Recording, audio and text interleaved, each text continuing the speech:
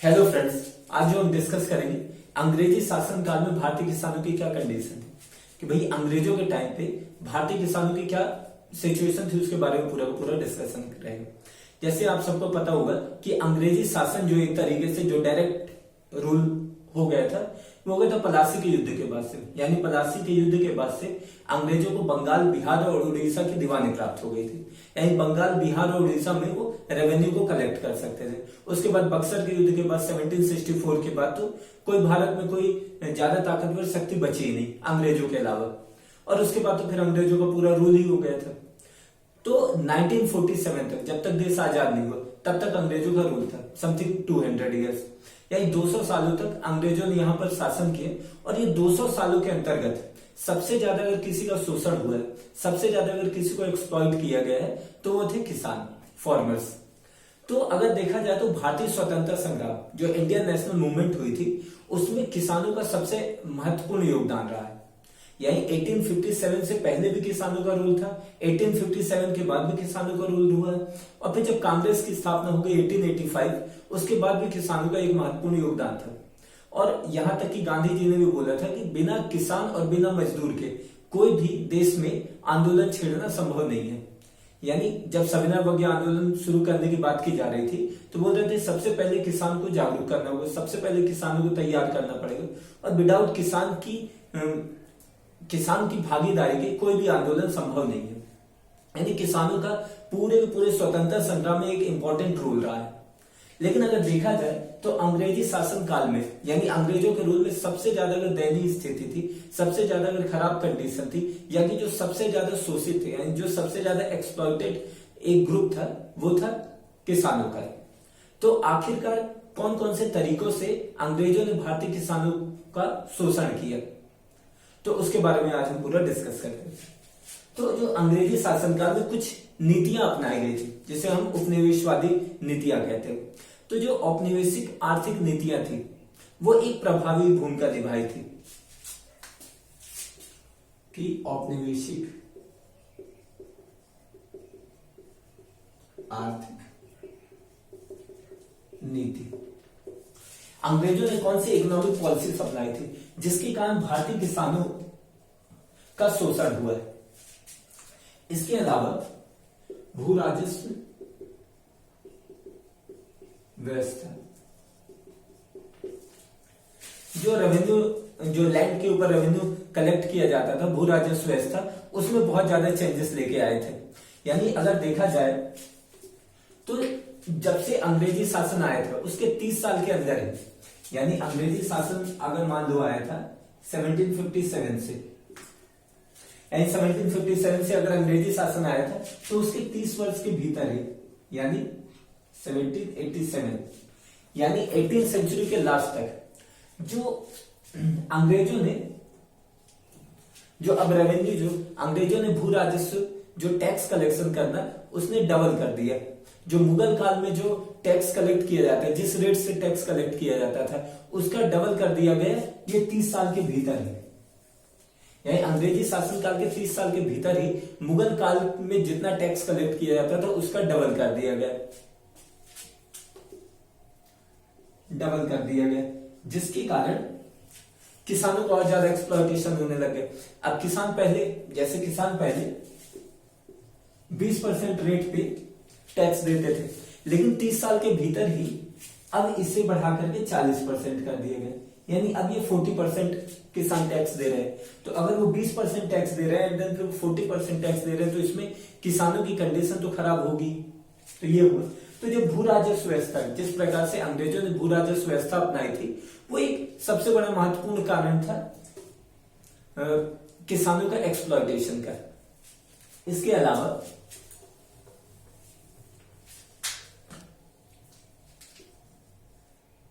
उपनिवेशवादी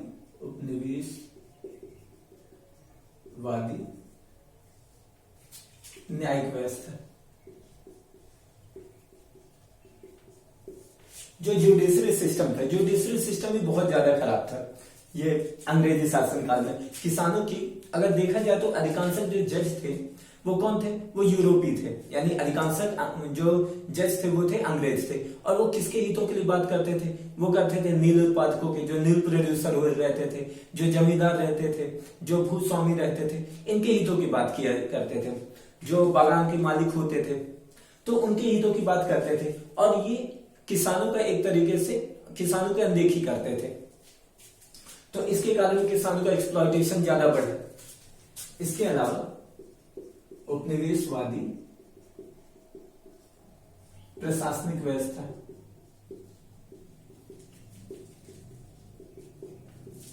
उपनिवेशवादी प्रशासनिक व्यवस्था भी एक जिम्मेदार एक कारक थी, जिसके कारण किसानों की जो कंडीशन बहुत ज्यादा खराब हुई।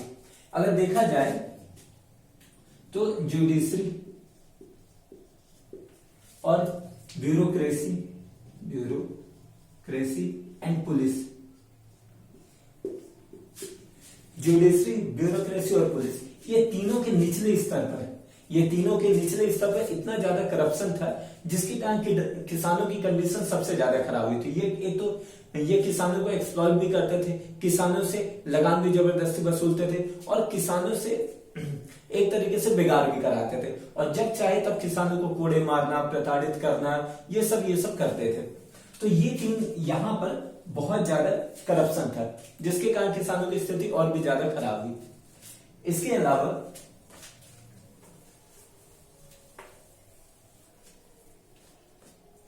दस्तकारी उद्योग का पतन, दस्तकारी उद्योग का जो दस्तकारी उद्योग थी, दस्तकारी उद्योग का पतन हो गया था। दस्तकारी उद्योग एक मीन्स की जो हस्तशिल्प उद्योग है, या कि जो हथकरघा उद्योग है, या कि जो सूती कपड़ा बनाने वाला उद्योग है, तो ये सारे उद्योग आते थे दस्तकारी उद्योग में। अब दस्तकारी उद्योग का पतन क्यों हुआ था? क्योंकि सबसे इंपॉर्टेंट है, दस्तकारी उद्योग का जो माल था, जो दस्तकारी उद्योग का जो सबसे ज्यादा जो प्रोडक्शन था, वो कहां पर जाता था? वो जाता था राजा के पास, नवाबों के पास, जमींदार के पास, भूस्वामियों के पास, पोलीगारों के पास, दरबारियों के पास, जो दरबारी के अधिकारी होते थे उनके पास, महंतों के पास, इन सब के पास जाता था। यानी इनका माल राजा, नवाब, जमींदार, दरबारी एंड अधिकारी, इनके यहाँ दरबारी उद्योग का अधिकांश माल खपता था। लेकिन अब जब अंग्रेजी शासन आ गए तो इनकी हालत खराब हो गई। अब अंग्रेज आए तो सबसे पहले किससे प्रभावित किया? सबसे पहले राजाओं को प्रभावित किया, यानी राजाओं को सत्ताच्युत कर दिया, यानी राजाओं को अब उनके राजपाट से अलग कर दिया गया। अब राजाओं के पास उतनी ज्यादा पावर नहीं थी, अब वो डायरेक्ट रूल नहीं कर सकते थे। अंग्रेजों ने उनको बोला कि अब आप पेंशन लेने लग जाए, यानी एक तरीके से उन्हें पेंशन देने लग गए। अब वो अपनी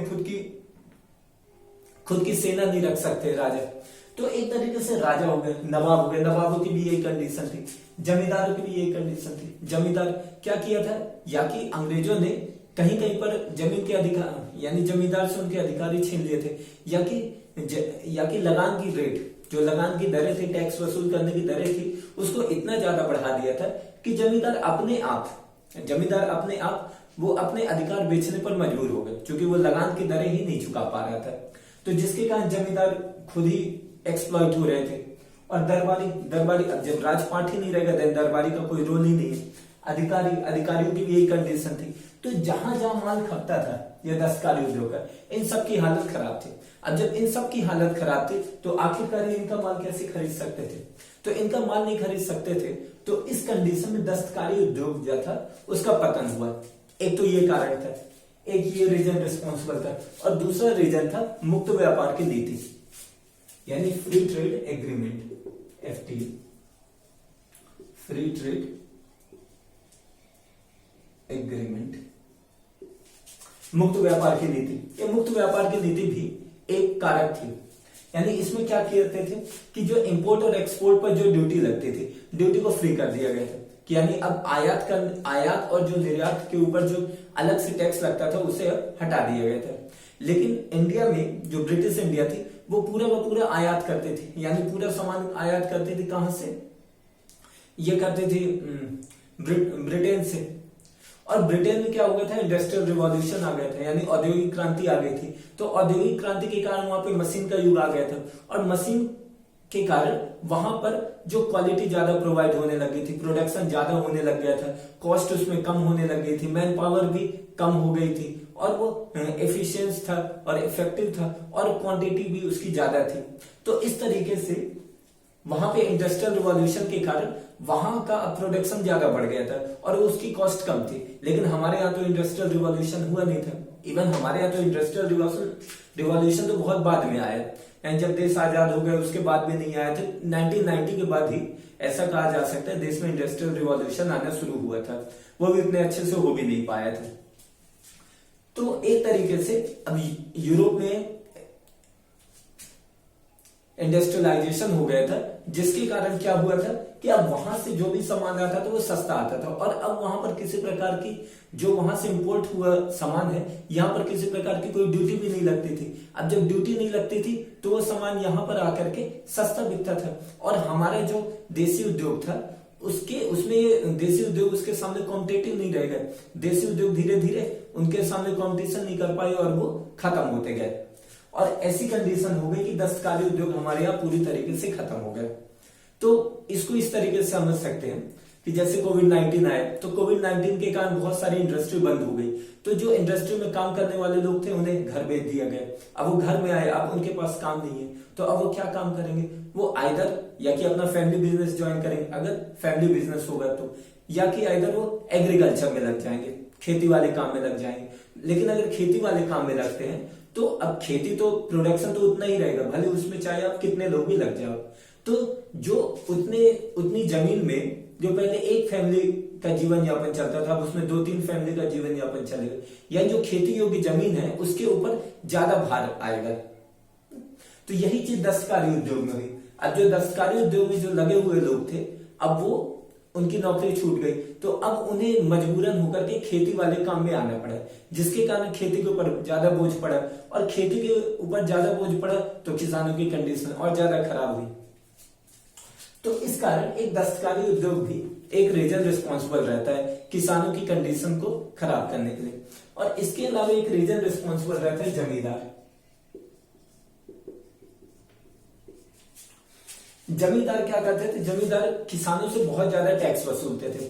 जैसे अगर अंग्रेजों ने जमींदार को बोला कि अगर आपको 25% टैक्स वसूलना है, तो फिर इसमें जमींदार को लगता था कि अगर हम 25% ही टैक्स वसूलेंगे और हम अंग्रेजों को दे देंगे, देन हमारे पास क्या रहेगा। तो इट मींस इससे अच्छा है कि हम 25% की जगह 50% टैक्स वसूलें, और वो 50% में 25% हम अंग्रेजों को दे दें, एंड अदर जो 25% वो हम अपने पास रख लें। तो इस तरीके से क्या हो रहा था, कानूनी सीमा से बाहर जाकर जमींदार क्या कर रहे थे, टैक्स वसूल रहे थे। तो इससे किसानों की कंडीशन और ज्यादा खराब हुई, और किसान अब क्या है, किसान अब इतना टैक्स तो दे नहीं सकते, और किसान अब इतना ज्यादा टैक्स नहीं दे सकते, तो उनके लिए एक कारण क्या है, अब वो टैक्स नहीं दे पा रहे हैं, तो अब उन्हें डर है कि अगर वो टैक्स नहीं दे पाएंगे देन उनकी जमीन बिक जाएगी। तो अपनी जमीन को बचाए रखने के लिए वो क्या करते हैं, साहूकार, महंतों और ये जमींदारों से वो उधार लेते हैं कि भैया आप हमें उधार दीजिए, हम अपना टैक्स लौटा देंगे। लेकिन इससे वो जमींदारों के चंगुल में फंस जाते हैं, और जमींदार फिर उनका पूरी जिंदगी एक्सप्लॉयटेशन करते हैं। तो एक तरीके से देसी और विदेशी दोनों प्रकार से किसानों का एक्सप्लॉयटेशन हो रहा था। देसी यानी एक देसी साइड जमींदार हो गए, साहूकार हो गए, महंत हो गए, महाजन हो गए, ये लोग एक तरीके से किसानों का एक्सप्लॉयटेशन करते थे। और विदेशी इट मींस जो अंग्रेज थे, या कि जो अंग्रेजी बागान के मालिक थे, या कि नील उत्पादक थे, जो नील प्रोड्यूसर थे, ये हो गए विदेशी यानी विदेशी शोषणकर्ता जो किसानों का एक्सप्लॉयटेशन करते थे। तो इन सब के कारण किसानों की कंडीशन बहुत ज्यादा खराब हो गई थी, किसानों की एक तरीके से कमर टूट गई थी। अब इस कारण किसानों में भी असंतोष जो था, जो अनसेटिस्फेक्शन था, वो ज्यादा बढ़ता गया, और इसके कारण बहुत सारे किसान जो थे वो एक गलत रास्ता पकड़ लिए। गलत रास्ता में उन्होंने डकैत करना, या कि जमींदारों के घर को लूटना, या कि डाकू बन जाना, राहजन अलग कर लेना, तो ऐसी घटनाएं घटी। तो ये हमने जो डिस्कस किया, किसानों के बारे में डिस्कस किया। इसके बाद का जो लेक्चर रहेगा उसमें हम डिस्कस करेंगे नील आंदोलन के बारे में, बिकॉज ऑफ नील आंदोलन इज वेरी इंपॉर्टेंट टॉपिक। नील आंदोलन हो गया, पावना विद्रोह हो गया, दक्कन का उपद्रव हो गया, मोपल्ला विद्रोह हो गया, ये सब टॉपिक्स के बारे में इसके बाद हम डिस्कस करेंगे, जिसमें हमारे किसान मूवमेंट वाला पूरा का पूरा टॉपिक खत्म हो जाएगा। सो ये टॉपिक यहाँ पे कंप्लीट होता है। Thank you very much for this topic.